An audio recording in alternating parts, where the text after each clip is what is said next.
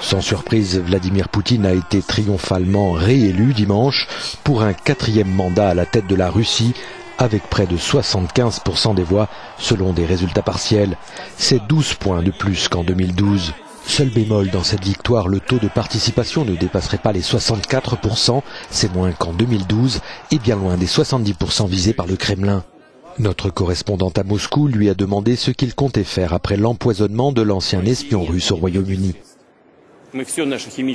La Russie ne possède pas de tels agents innervants. Nous avons détruit toutes nos armes chimiques sous la supervision des organisations internationales. Et nous l'avons fait les premiers. Ce n'est pas comme nos partenaires qui avaient promis de le faire, mais qui malheureusement n'ont pas tenu leurs promesses.